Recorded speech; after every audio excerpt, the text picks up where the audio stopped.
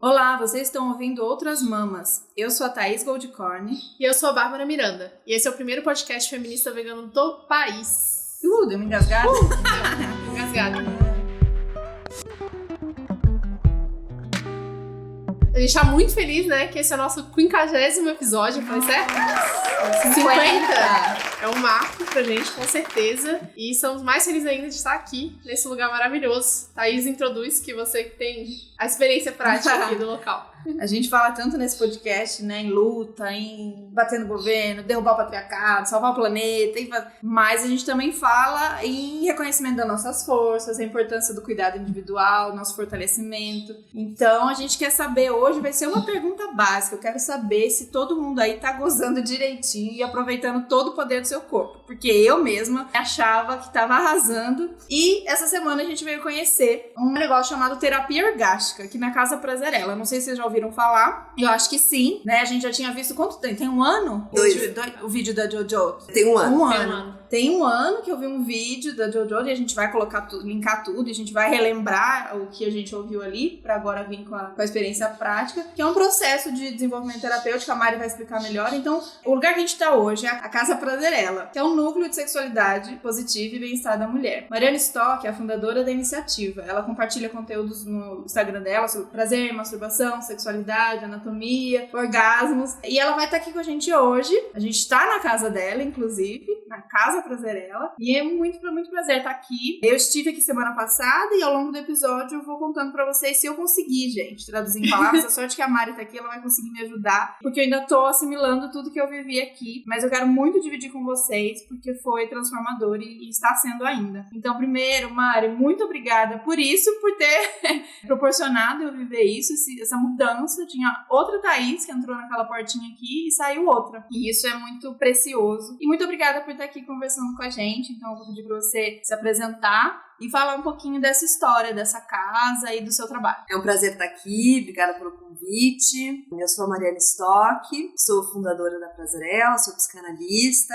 Resolvi criar essa iniciativa, né? Porque eu também achava que era uma pessoa super bem resolvida sexualmente, que não tinha nenhum tipo de questão e tudo mais. Até começar a me investigar um pouco mais e perceber como não existe mulher bem resolvida numa sociedade extremamente machista, misógina, num patriarcado, né? O prazer da mulher é a última prioridade e definitivamente eles não estão interessados que a gente acesse essa potência, né? Então, comecei a estudar profundamente isso, comecei a dar palestras falando sobre essa descoberta, né, de uma potência do corpo, e aí muitas mulheres me pedindo, mas aonde eu posso descobrir isso na prática e tal? E aí eu não recomendava nenhum lugar, porque não confiava. O Brasil tem muito charlatanismo nesse aspecto, é um dos países que mais abusa mulheres, né, índices de feminicídio altíssimos, então eu não ia recomendar um lugar para as mulheres experimentarem algo da sexualidade que eu não confiasse extremamente, então eu resolvi abrir esse lugar, que é a Casa Prazerela, onde a gente oferece cursos, vivências e especialmente a terapia orgástica, né? Que é essa possibilidade da mulher viver na pele toda a sua potência, que historicamente a gente tem migalhas de prazer, a gente se contenta com o miserável, né? Porque disseram pra gente que era sobre isso. Então, não é só sobre prazer no sentido hedonista da palavra, né? Mas a hora que a gente começa a entender um pouco mais, né? Que sexualidade é vida, sexualidade é ter corpo, e essa possibilidade fisiológica da gente ter muitas descargas libidinais tem uma ligação direta com o despertar para a vida. Assim, não é só sobre dar uma gozadinha mecânica como muitas vezes os homens fazem, porque a gente tem esse referencial do prazer masculino, né? Então muitas vezes a gente tenta se assemelhar a eles. E o que a gente vive aqui é uma outra descoberta de algo que não tem comparativo. O que a gente vive aqui, né, quando a gente se abre para uma experiência terapêutica do corpo inteiro, que não é só sobre genital, mas é sentir esse prazer, esse gozo pelo corpo inteiro, isso é um divisor de água na vida de muitas mulheres, né? Porque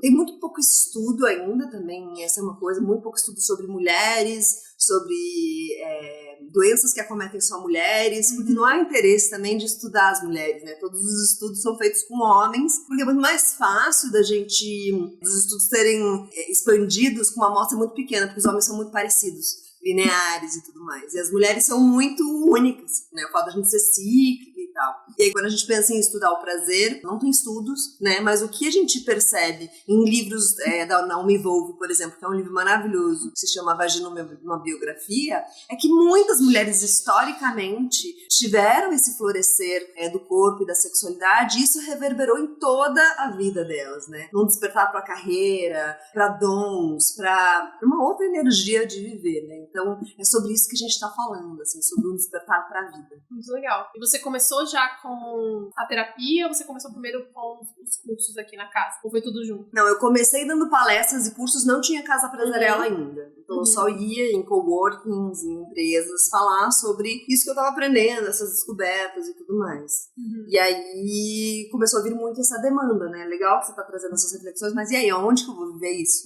Né? Porque em casa as mulheres definitivamente não vivem, especialmente as que convivem com homens, porque se tem uma coisa que os homens não conhecem é o corpo feminino, né? A gente também nunca aprendeu sobre a gente mesma, tudo que a gente aprendeu sobre sexualidade na escola é sobre algo muito perigoso, sobre algo sujo, sobre algo pecaminoso. E quando a gente aprendeu alguma coisa sobre saúde, era no sentido da gente servir, da gente se proteger com camisinha, aprender a pôr a camisinha numa banana. Nunca teve uma abordagem positiva para a sexualidade. Né? Então a gente também não sabe se tocar. A mulher acha que se masturbar é pegar um dildo enorme e colocar na vagina. E ela se frustra. Porque ela fala, putz, isso não me dá prazer. É porque ela não sabe se tocar. Nunca ninguém ensinou para ela quais são as zonas que de fato são mais prazerosas e tudo mais, né? Então a casa veio para a gente poder oferecer uma experiência prática para as mulheres, né? Segura, num espaço onde só tem mulheres, que não passam homens, em que as mulheres podem gritar à vontade, podem se expressar, podem estar tranquilas para compartilhar tudo aquilo que historicamente não há espaço para compartilhar. Eu fiquei pensando sobre essa coisa já do falar, né?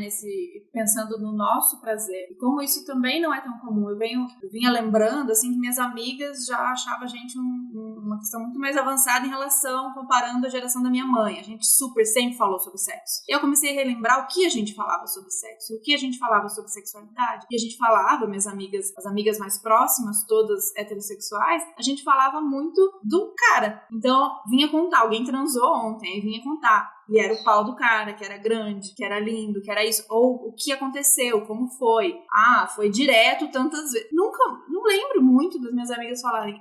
Pra mim, eu assim, gozei, ou eu senti, ou não tinha eu, né? Era muito do outro. Então, mesmo minhas amigas super falando sobre sexo, ainda era uma história contada, né? Que eu fui pensar mesmo, quantas vezes foi tão incrível assim, né? Pra gente contar do jeito que a gente contou. A gente tava contando muito a história do outro, como a gente deu prazer pro outro, quanto o outro falou que a gente era incrível, era gostosa, nossa, ele ficou louco, alguma coisa nesse sentido. Então, muito do dar prazer, né? E o nosso ficando meio de lado. E as que muito se masturbavam, as que tinham um dildo, era esse mesmo esquema. Um pau de borracha, era isso.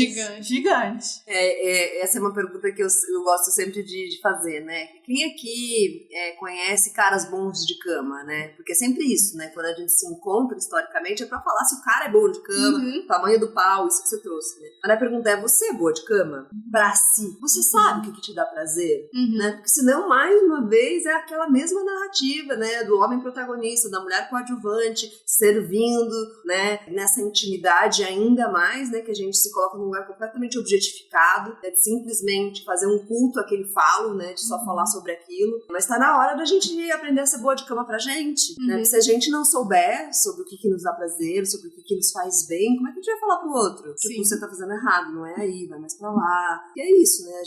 Isso volta porque eu tava falando no começo aqui. A gente aprendeu a se contentar com migalhas.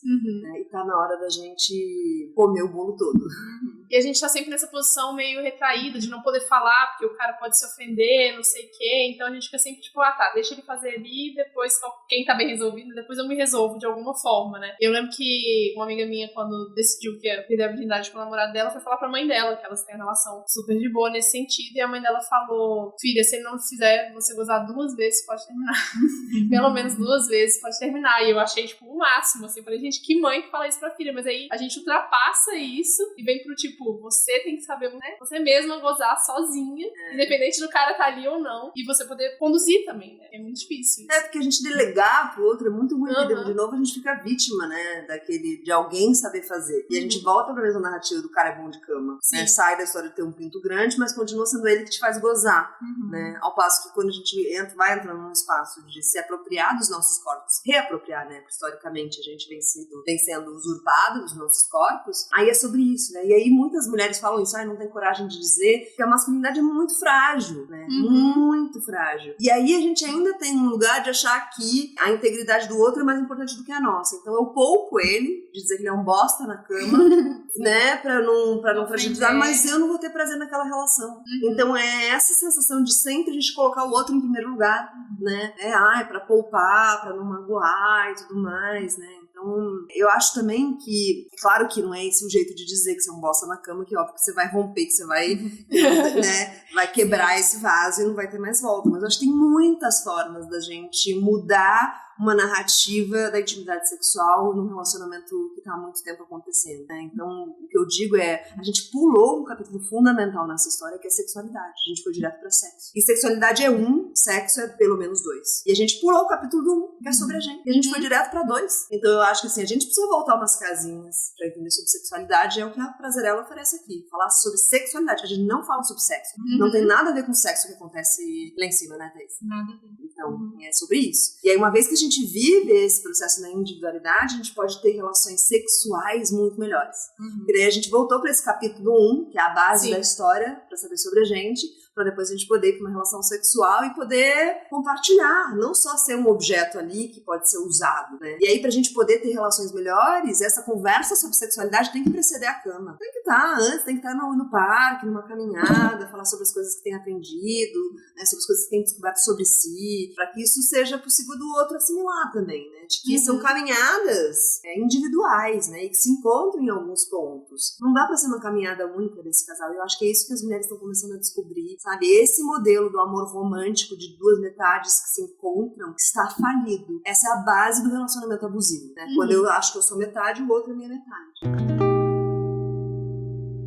Eu fiquei pensando como, né, depois de ter saído daqui, eu até comentei com a Ana, terapeuta maravilhosa, fazendo um coraçãozinho com a mão, que é incrível. E a primeira coisa que eu falei pra ela foi, eu quero, a minha missão agora é que todas as mulheres do mundo vivam isso que eu vivi. E ela disse que é uma frase muito comum, que as mulheres terminam dizendo que querem dividir isso com outras mulheres, que as outras mulheres precisam conhecer. E além de ser muito lindo isso, né, da gente sentir as outras mulheres junto com a gente, aí veio tudo, veio mãe, veio vó, veio todo mundo. A gente pensa nisso de uma maneira coletiva como isso não sendo... Exatamente, porque isso não é sexo, né? Isso foi muito além. Então, eu queria que você dividisse um pouco isso, se você ouve isso também, dessa coisa da mulher sair daqui com essa sensação de que quer trazer mais mulheres pra sentir isso, como se, exatamente o que você falou, foi tirado da gente. Eu quero devolver pra todo mundo agora, né? Eu quero incluir todo mundo nisso. Tem uma palavra que tá sendo meio usada demais, né? Que a gente vai desgastando as palavras boas que existem pra explicar. A palavra sororidade, pra mim, ainda faz muito sentido, né? O que a gente vive aqui, né? Quando a gente fala que esse é um espaço essencialmente feminino, né? Só de mulheres, e pensando parênteses aqui pra entender que mulher não significa ter vagina, ter vulva ou ter útero, mas entendendo a mulheridade como identidade, mulheres transexuais são super bem-vindas, mas entendendo esse espaço como um espaço de mulheres e para mulheres, em que as mulheres vivem aqui, muitas vezes, uma descoberta absurda em relação ao que é um orgasmo, a ejaculação, o que é sentir esse prazer que vem das entranhas, que nada tem a ver com aquela performance que historicamente a gente está repetindo. A vontade é de compartilhar, né? Porque a gente vem atuando numa sociedade da escassez, né? Da sensação, escassez do prazer, escassez do amor, né? A gente está sempre assim, minguada, né? E a hora que você vem aqui e vive essa generosidade, essa prosperidade de sensações, você fala assim, eu posso dividir isso com um mundo que não vai faltar. Né? Então acho que essa é uma mudança radical assim, de perceber o mundo. Na hora que você sai de uma dinâmica de escassez, que você tá ali na migalhinha, e aí você precisa ficar contando vantagem sobre o outro, porque eu isso, eu aquilo, isso só gera mais escassez, porque aí você entra numa dinâmica de comparar, mas eu não vivo isso, mas será eu devo ter algum problema, e a hora que você vem aqui e vive esse manancial, você fala, todo mundo merece. Todo mundo e todo pode. Mundo, e mais do que todo mundo merece, todo mundo pode. Eu tinha também algumas questões, eu fiquei pensando aqui, porque quando você chega, gente, você senta, fica esperando, a sua cabeça vai a mil, né? Você cria todo tipo de história e bloqueio. Eu já comecei a vestir várias máscaras, porque a gente tá cheio de máscaras e capas, mas eu fiz mais aqui pra me proteger. E eu falei, eu estou aqui pelo jornalismo verdade. Eu vou entender isso, como é que é, porque começou a me dar medo. O que antes eu queria superviver, quando chegou perto começou a me dar medo. E aí eu comecei a pensar, também não é assim. Eu sou super controlada, eu não vou também me entregar assim, eu vou tentar me manter. Eu combinei isso comigo. Durou alguns minutos, assim, durou muito pouco, porque a hora que eu conheci, a hora que eu entrei na sala, a hora que eu conheci a Anne, a gente conversou que tem isso, é uma terapia mesmo, né? A Jojo fala, tem uma coisa que a terapia orgástica é terapia.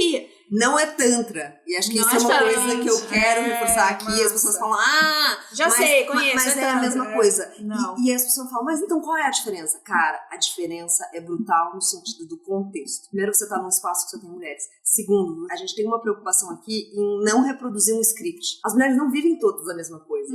O que é fundamental, o que é prerrogativa de uma terapia é espaço de transferência e conversa. É isso que a gente tem aqui. E tem sessão que é só sobre isso. E é revolucionária e é transformadora. É isso que historicamente a gente não vem tendo. Espaço de escuta genuína pra gente falar sobre questões sexuais.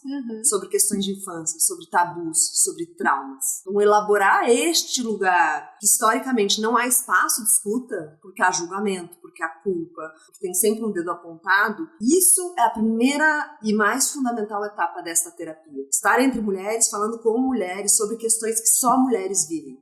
Né? Então, por isso eu reforço muito isso. E é claro que depois, na parte da massagem em si, tem muitas técnicas que são desse neo-tantra, né? Que nem é o tantra. E eu digo que esse tantra no Brasil é perigoso, assim. Eu acho que tem um lado que pode ser até desrespeitoso com a filosofia milenar tântrica. E tem milhares de anos que fala muito mais do que sexualidade. E a gente resume tudo aqui a uma massagem. Então eu acho que, assim, esse é um cuidado, né? Uma outra coisa que a gente dissocia completamente dos processos que são vividos aqui, isso aqui não tem nenhum cunho espiritual, nem religioso, nem ideológico. Você não precisa acreditar em nada, você não precisa ter nenhum tipo de crença e ideologia para você viver a potência do seu corpo. Porque essa é uma outra estratégia, né? De novo delegar, de novo falar que é a Kundalini, que é o chakra, que é isso. E a pessoa que não acredita nisso, que é cética, não vai. Não vive, porque ela fala, putz, você depende disso pra eu gozar, então eu não vou.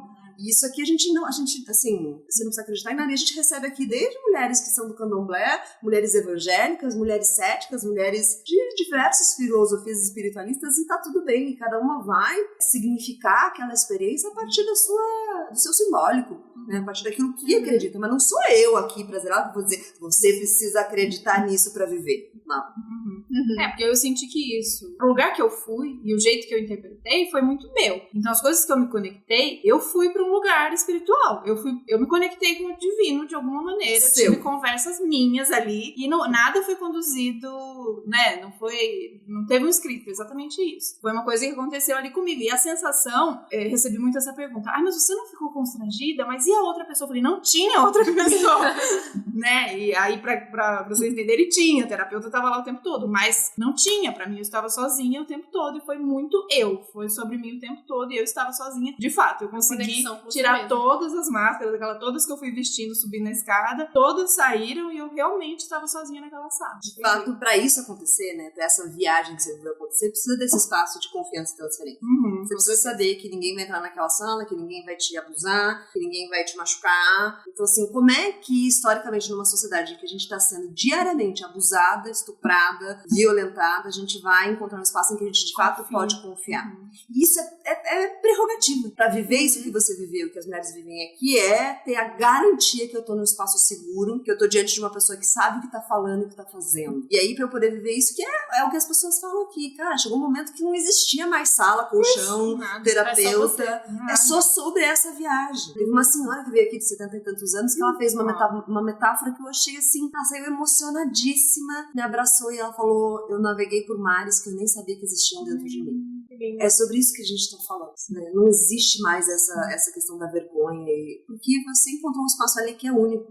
Mas eu acho legal trazer a questão histórica que você está trazendo sempre, né? Se a gente estudar como que surgiram os vibradores, por exemplo, que hoje em dia tem todo um auê em cima deles por conta da sexualidade mesmo, a gente está retomando isso para si, né? Para nós mulheres, mas que historicamente foram criados para exatamente isso. São mulheres que estavam com problema, eles achavam que era histeria, ninguém conseguia diagnosticar, então vamos fazer essas mulheres se acalmarem, dando uma acalmada aqui com esse aparelhinho e acabou que, né? É a única coisa que a gente agradece. É a única coisa que a gente agradece, mas por meio de muita repressão, e depois o pornô se apropriou disso também, que também é uma coisa horrível, né? E retomar isso pra si, e não precisar de um vibrador necessariamente pra poder viver isso, é maravilhoso, né? Sim. Então, de fato, você conhecendo agora esse monte de mulheres, a gente falando sobre isso, de fato as mulheres, e sobretudo as heterossexuais, ou que se relacionam com homens, estão gozando pouco, estão vivendo pouco, tem isso, sim? Tem pesquisas que têm uma estimativa de que aproximadamente 50% das mulheres não têm orgasmo. Mas eu duvido muito dessa estatística, porque a mulher que não tá tendo orgasmo, ela muitas vezes não fala. Ela tá na dinâmica da performance. Então, pra ela, o orgasmo é aquilo. Então, eu acho que a maioria ainda não tá vivendo isso. Porque não sabe, porque não tem uma educação pra isso, porque tá reproduzindo a narrativa do pornô, que é a institucionalização do estupro, da penetração por todos os poros dessa mulher, que é usada, abusada e depois jogada fora, né? E a gente muitas vezes entra nesse lugar, né? De ficar ali performando só. Então, sem dúvida, as mulheres heterossexuais estão gozando pouco, né? Mas eu acho que isso tá mudando. Eu acho que eu sou muito otimista, senão não tava com uma iniciativa como essa. Eu sinto cada vez mais mulheres chegando, cada vez mais mulheres interessadas, cada vez mais mulheres dispostas primeiro a escutar algo novo, né? Tem muitas mulheres que me seguem hoje que compartilharam comigo, que disseram, cara, quando eu comecei a te seguir, eu falei, que maluca é essa? Que tá falando essas coisas. Então tem um julgamento, né, que precisa ser rompido, que você precisa, né, flexibilizar ali para você poder acessar outros lugares. E eu sinto que isso está acontecendo, as mulheres estão percebendo, né? Acho que vocês falam muito de política no podcast de vocês, e eu sinto que o que é tangível, o que é visível, é um momento forte da ultradireita, de um momento conservador. Mas eu sinto profundamente que isso é uma resposta a um movimento invisível, mas muito forte, né? De uma libertação, de uma ampliação de consciência, de um movimento de mulheres que, cara, que não vão dar mais nem um passinho atrás, né? Então, eu sinto que eu acredito nesse invisível que está acontecendo, porque esse invisível está acontecendo aqui. Eu vejo, sabe? Então é isso que me dá esperanças para, em tempos nefastos, ter energia para seguir. Né? E acho que o primeiro passo é a gente falar do nosso corpo e da anatomia, né? As piadas que eu falo, quantos anos você tinha quando você descobriu que vulva e vagina não é a mesma coisa? Não é a mesma coisa. A gente, velha já. A gente não fala sobre isso e depois eu fiquei, não sei onde eu ouvi, não sei se foi você ou quem falou sobre isso, como é interessante também para essa lógica do pornô, para essa masculinidade, que a gente seja só o buraco, né? E que seja essa vagina, porque o importante é a penetração. Então tudo que tem pra fora disso, que seriam os lábios, o pelo, e o resto é a mais, inteiro, e o resto do corpo inteiro é a mais, tá atrapalhando, né? Então retomar esse primeiro conhecimento e entender que todos os pedaços do nosso corpo e o que ele é, conhecer, né?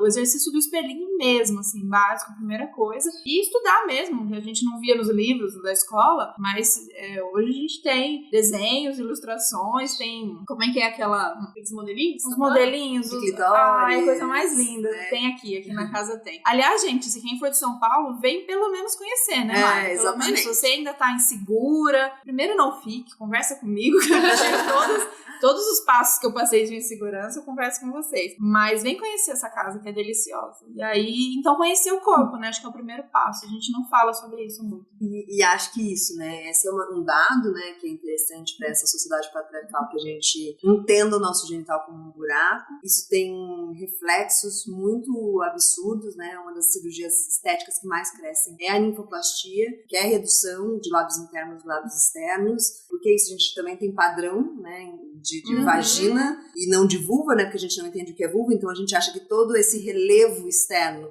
que de fato é o que é relevante, né, então o nosso relevo é o relevante, a gente não sabe sobre isso, a gente acha que o cérebro certo é não ter relevo ali, e a gente tá eliminando isso, né? Eliminando toda a nossa sensibilidade em função de um padrão, né? Da gente achar que a nossa vulva, né, não está comparável à mulher do filme pornô, que não é rosinha, né? E acho que uma das coisas fundamentais é a gente entender essa diversidade, né? A gente conseguir educar um olhar para beleza, porque historicamente a gente não educou esse olhar. Então, se acolher, né? A primeira vez que você põe um espelho lá e vê a sua vulva, vai dar um irque, vai dar um...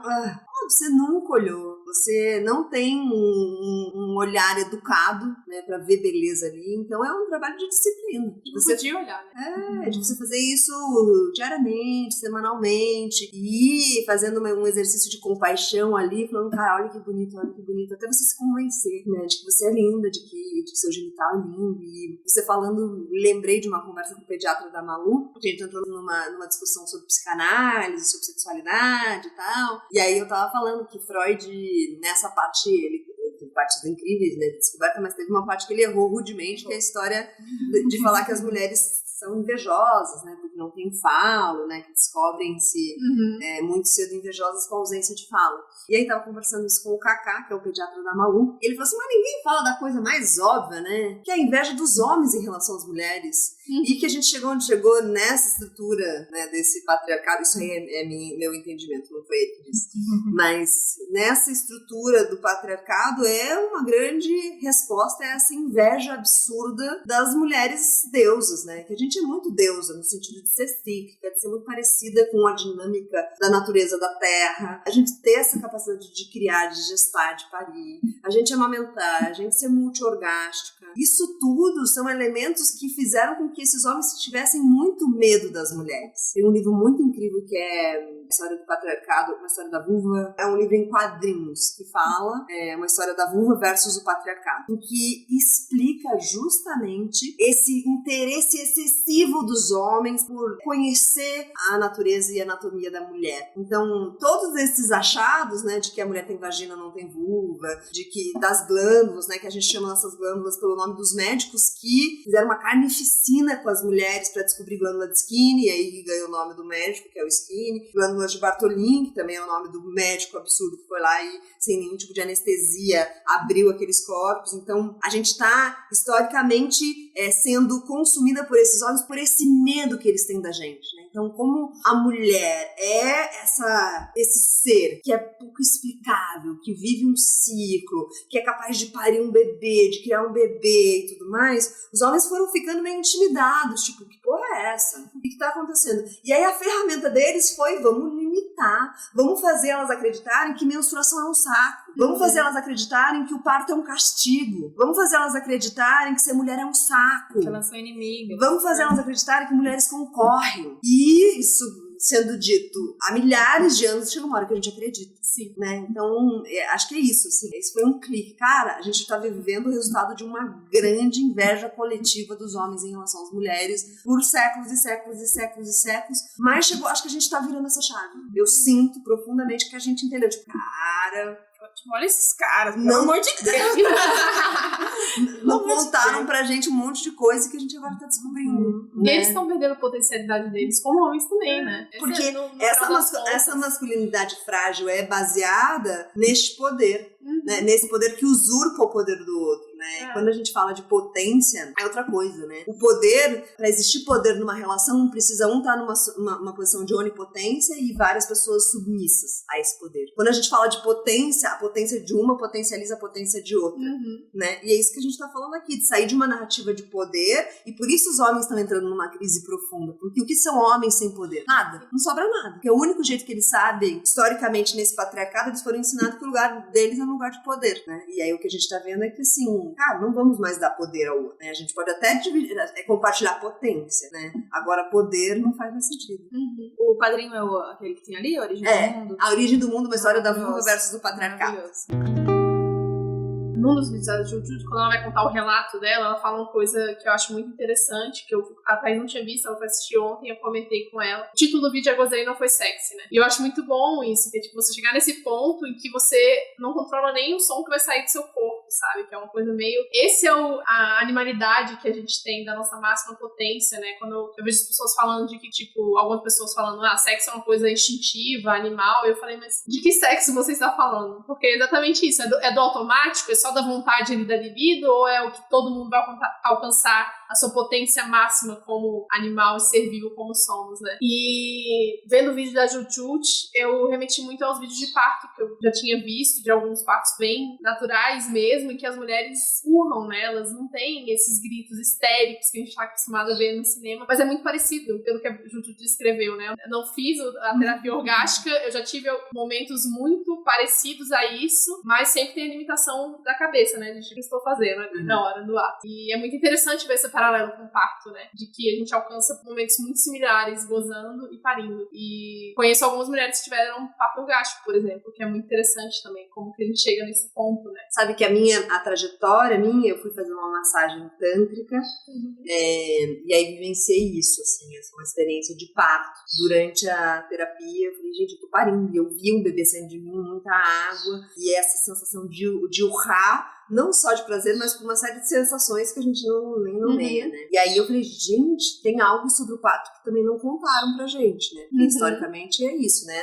Cesariana como um advento da maternidade, que a mulher não precisa mais sentir dor pra parir. Sim. Essa é a história que contaram pra gente. Né? Ninguém tá contando o que a gente perde ao não parir, né? Que tipo de potência a gente deixa de conhecer. E aí, quando eu vivi essa experiência, eu falei, mas isso ninguém tá contando sobre o parto, né? Sobre o que é essa experiência. E aí eu fui estudar profundamente isso. Então eu me tornei doula, fazer curso de parteria tradicional com a Olivina Ver, que é uma parteira mexicana incrível e tal. Ela é o máximo. Foi um dos últimos vídeos que eu vi, foi exatamente dela. Ela é muito maravilhosa. E, por fim, parir a Malu em casa, né? De forma super natural e tudo mais. E aí tem muita coisa em comum, né? Essa experiência do parto é o auge, né, da experiência da sexualidade. E é isso, não tem nada de controle ali. E muito pelo contrário, né? O parto da Malu foi um parto super longo, porque eu, ainda que tenha um espaço como esse, que esteja oferecendo esse tipo de terapia e tudo mais, sou uma pessoa extremamente cabeçuda, sou uma pessoa que hipervaloriza o cognitivo, que historicamente estuda e precisa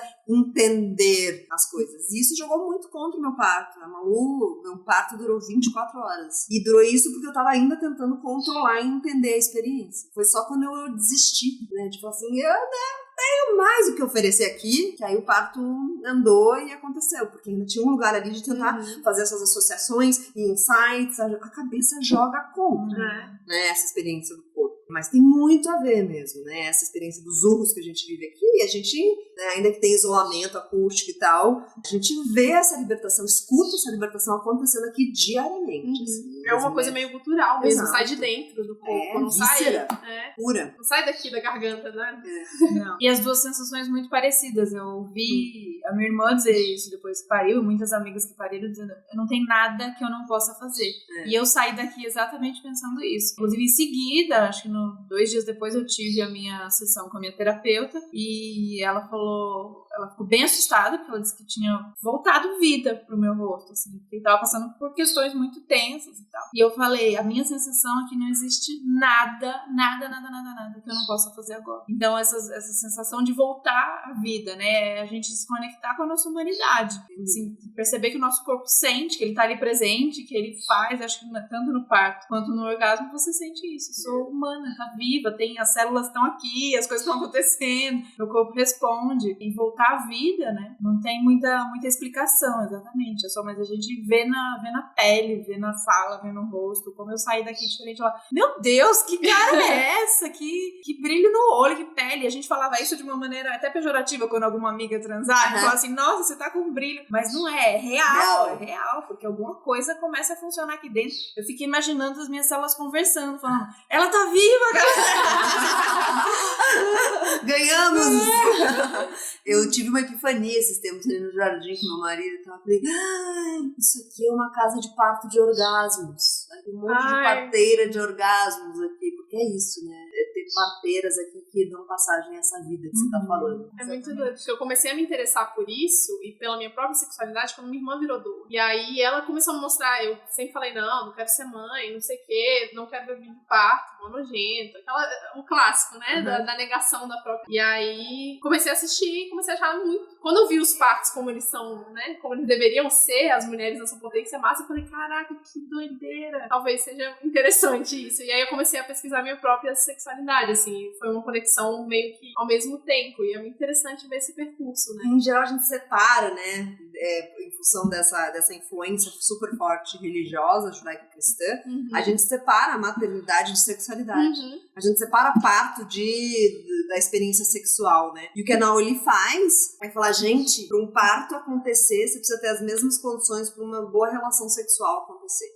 Então você precisa de um ambiente íntimo, de um ambiente com pouco ruído, com pouca luz, um ambiente quente. E é tudo que você não tem hoje, né, dentro de um hospital. Sim. Então imagina a gente transar num hospital, com um monte de gente olhando, mascaradas, com 17 graus, né, aquela luz fria, né, holofotes em cima de você. Assim, será que esse sexo vai ser bom? Né? E aí a hora que você pensa, e é isso, assim, o parto é o auge, é o ápice da experiência da sexualidade. Então pra você conseguir viver isso, que nem bicho, que nem faz, você precisa se isolar, você precisa de um ambiente de confiança, você precisa de um ambiente de você voltar a ser bicho, selvagem, intuitiva, saber o que você precisa fazer, porque a gente desaprendeu. E eu vi isso, assim, eu fui para em casa e falei, tinha horas que eu falava, eu não sei o que fazer, porque a gente tá tão distanciado dessa potência, e mesmo vivendo terapia orgástica, assim, é um caminho, assim, de desconstrução, e não é nessa vida que a gente vai resolver um passivo de séculos, né, de dominação, mas acho que a gente precisa caminhar. A gente tá, tudo de luta que a gente fala, a gente tá abrindo espaço para as próximas que estão vindo. Então a sensação é que a gente tá mesmo abrindo espaço para as próximas que vão vir, e nisso é uma coisa de honrar as que já vieram, então por isso que vem muito mãe, vó e todas as mulheres que já passaram, porque a gente sente que a gente tá fazendo isso por elas também, gritando por elas, e abrindo espaço para as próximas que vão vir. Então pensando muito nisso, né, nesse nosso jeito de querer incluir todo mundo e pensar na libertação das outras mulheres, você fala muito também de autonomia. Então a casa é uma ferramenta maravilhosa para quem tá aqui, para quem consegue, mesmo que for de fora, faz a vaquinha meio pra vir, vem pra São Paulo, dá um jeito, mas não é o objetivo da casa e que você se prenda à casa, de que você bata aqui na porta da Mari toda semana e você fique dependente 10 anos. Vocês falam muito sobre autonomia, né? Então, nesse processo, quais são as dicas que a gente pode dar? Porque eu tenho certeza que agora as mulheres estão tudo assim, eu preciso conhecer isso, eu preciso viver, eu preciso saber se meu corpo responde, que acho que tem essa dúvida, né? Às vezes eu olhava, não, mas com essa mulher foi assim porque ela já é mais bem resolvida. Ou ao contrário, ela estava tão presa que para ela foi fácil acontecer. A gente tenta jogar no outro, mas comigo não vai ser assim. Então, pra gente investigar o nosso corpo, quais são os caminhos? A gente falou primeiro já em conhecer, né, espelhinho, anatomia, mas as dicas da gente ser responsável mesmo pela nossa masturbação, se o vibrador ele ajuda, se rola ficar viciada e aí fica dependente do vibrador. Queria que você desse essas dicas, então, pra gente começar a trilhar esse caminho juntos. Eu acredito muito que existe um caminho que é mais ou menos assim. Primeiro a gente abrir espaço para refletir. Esse é o primeiro passo. A gente não faz nada se a gente não abrir espaço para pensar, para ouvir de outras perspectivas e poder elaborar isso com novos elementos. Então primeiro eu refletir, né? Então o espaço que eu abro, por exemplo, no meu Instagram, na minha rede social, é plantar sementinhas de reflexão, né? Só ler aquilo e falar,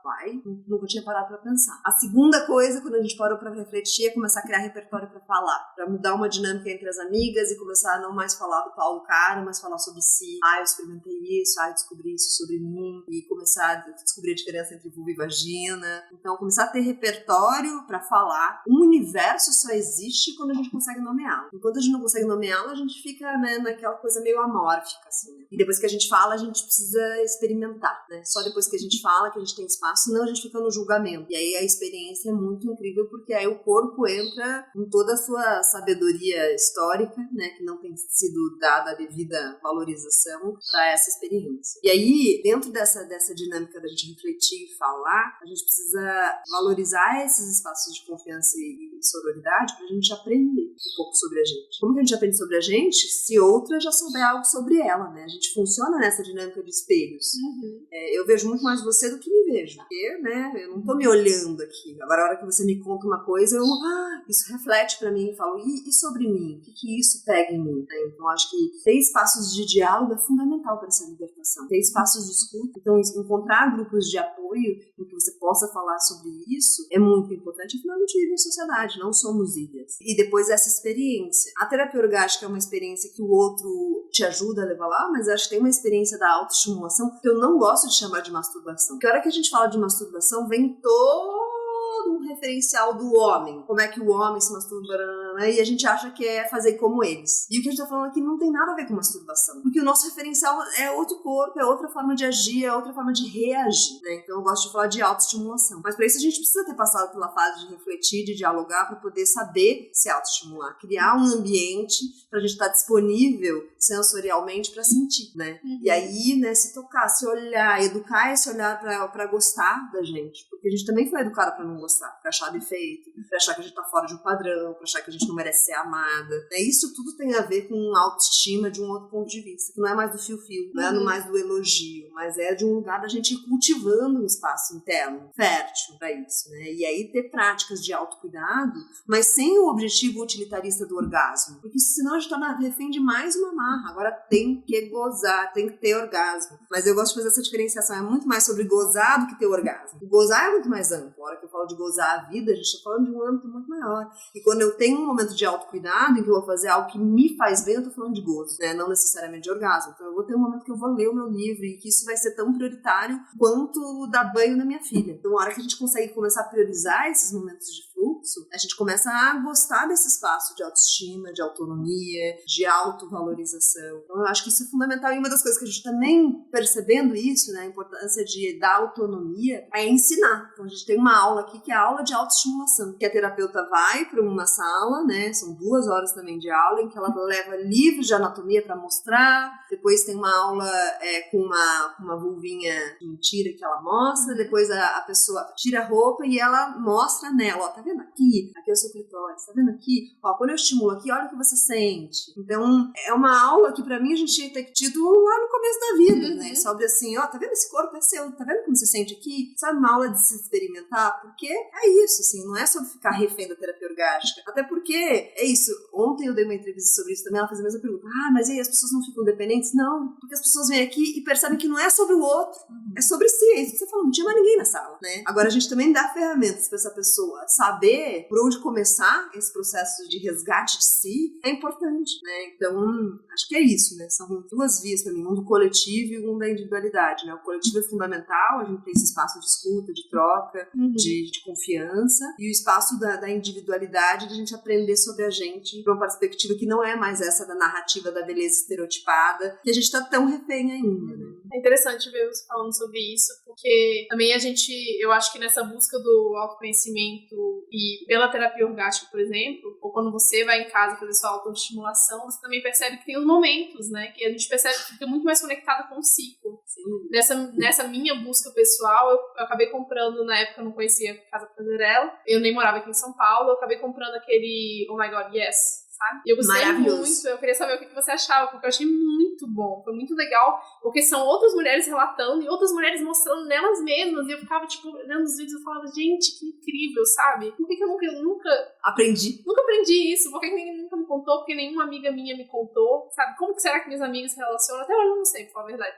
Nunca perguntei, nunca teve essa troca, não teve esse espaço de intimidade pra trocar, né? Mas é muito interessante isso. Porque o pudor do corpo também, né? Pensar, se a gente pensar numa mulher, nossas associações são simples, porque a gente foi criada assim. Então, você tá falando de sexualidade, uma mulher mostrando como ela se estimula, isso é pornô, isso é... Não, né? É educativo. É a antítese do pornô, né? A primeira referência que vem uma mulher pelada se tocando é pornô, mas aquilo lá é uma resposta anti-pornô, né? O Oh My God Yes, que pra mim é maravilhoso. Tenho vontade de fazer uma plataforma brasileira, porque ainda tem uma dificuldade da língua ali, né? Que é uma coisa que você fica... Mesmo tendo legenda, pra gente é meio... parece uma atriz falando, né? Mas eu acho a plataforma maravilhosa. Acho assim... Queria muito fazer um estudo parecido com mulheres brasileiras pra gente ter essa possibilidade de aprender com outras, né? Então a gente ir se munindo dessas ferramentas. Então, se é uma coisa que foi tirada da gente, que era pra ser muito natural, que a gente aprendesse de pequena, em casa, que fosse muito nosso, já que foi tirado, a gente precisa de ferramentas pra ajudar. Então, a casa é uma ferramenta, essa plataforma é uma ferramenta, mas conversar com as amigas é uma ferramenta, ouvir outras mulheres são ferramentas, sozinho em casa, treinando é ferramenta. A gente se munir dessas ferramentas que a gente vai precisar para quebrar tudo e todos esses gestos que a gente foi colocando, né? Eu senti isso, eu senti que muitas verdades que eu tinha e muitas amarras foram sendo desfeitas. Foi desfeita numa sessão, mas tem muito trabalho aqui que eu preciso fazer ainda, sim, né? Ele é contínuo. Não, a gente não resolve nada, né? Acho que a gente precisa sair dessa lógica de querer resolver problemas, porque isso também foi o pediatra da Malu. O pediatra da Malu me dá muitas aulas, só, tipo... E aí, ela tava com alguma coisinha logo que nasceu e tal. Eu falei, como é que faz pra resolver? Ele falou, se você olhar pra sua filha como um problema pra ser resolvido, você acabou de ganhar o maior problema da sua vida. Então, acho que é isso. A gente tem que sair dessa lógica neoliberal de se ver como robô, né? De consertar, de resolver. E paga o conserto, né? Paga o conserto e resolve tudo. E achar que, assim, a gente tem uma fórmula mágica que, pronto, vou viver terapia orgástica, acho que resolvi a minha vida. Né? Não, assim, isso aqui é só o começo, assim, é só tem um outro caminho aqui pra você começar a trilhar, pra você começar a trilhar. É sobre isso, é sobre se ver ser caminhante na vida, né, e não sobre, né, mais uma atividade a ser cumprida, mais uma meta, mais um aspecto de produtividade. É sair da lógica capitalista e vir pra lógica do corpo, né, pra lógica da sensação. Não é uma lógica, mas que é uma experiência diferente, né, de viver a nossa humanidade e se ver, de fato, caminhantes, né, não seres que vão acumulando, né, a gente ainda vive essa lógica, né, de que a gente tem para ser, então a gente desconstrói um pouco isso, né. Sim, e tem uma última coisa que a gente esqueceu de falar, que a gente comentou ontem, a gente conversou sobre os homens, né, só porque vai ter homem ouvindo, se eles estão ouvindo até agora, eu acho que rola um interesse de saber, porque eles querem saber, né, tipo, mas como assim, o que faz, como que é, e aí eu contando pro meu companheiro, e o companheiro da Thaís fala a mesma coisa, mas aí agora eu quero aprender, né, pra saber como é que faz, e tipo, exatamente isso, não é sobre você, né, é sobre mim e o meu conhecimento, você vai fazer a sua terapia pra você descobrir o seu. Para os homens, eu super recomendo Prazer Ele, sim. Que é o trabalho do meu companheiro, que ele tá falando uma outra lógica de homem para homem, sobre desconstrução de masculinidade tóxica, sobre masculinidades mais fortalecidas, menos frágeis, sobre respeito, sobre reconexão com emoções primárias que os homens desde muito cedo também estão sendo reprimidos nas suas emoções, né? Porque isso é coisa de menina, coisa de menino. E acho que ele também faz um trabalho muito legal. Então, necessário. Os espaços de homens também são necessários para que eles possam fazer as construções necessárias. Cada um buscando o seu, né? Se resolve aí, a gente se resolve daqui, junto vai ser maravilhoso. Exatamente. E incentive, né, sua parceira. Se você for um homem, tiver uma parceira mulher, incentive também sua parceira a buscar isso. Porque vai ser bom pra todo mundo. Todo mundo ganha. Ótimo, maravilhoso. Muito obrigada, Mari. Obrigada por essa vocês. Conversa, obrigada por esse espaço, obrigada por ter despertado esse conhecimento sobre mim que eu não tinha. Uma amiga fez também, eu perguntei pra ela, e aí, como foi? Ela falou assim, mulher, resolvi um negócio que eu tava há 10 anos na terapia pra tentar resolver. Então é muito mais do que só um prazerzinho sentir e vir resolver essa questão. Muitas outras que a gente acha que tá desconectado, né? Mas sexualidade é a vida, é a gente, são nossas questões. Então, muito obrigada, seu trabalho lindo, e todas essas mulheres que estão aqui. Então, se você quiser conhecer mais, a gente vai colocar todos os links pra você vir conhecer a Mari. Por enquanto, acompanha no Instagram, né? E a gente vai deixar tudo referência do que a gente falou, dessas dicas de livro, de vídeo, de plataforma, pra vocês também começarem a trilhar esse caminho aí. É isso. Muito obrigada e até a próxima. Obrigada, Mari. Obrigada. Foi um prazer, meninas. Beijo.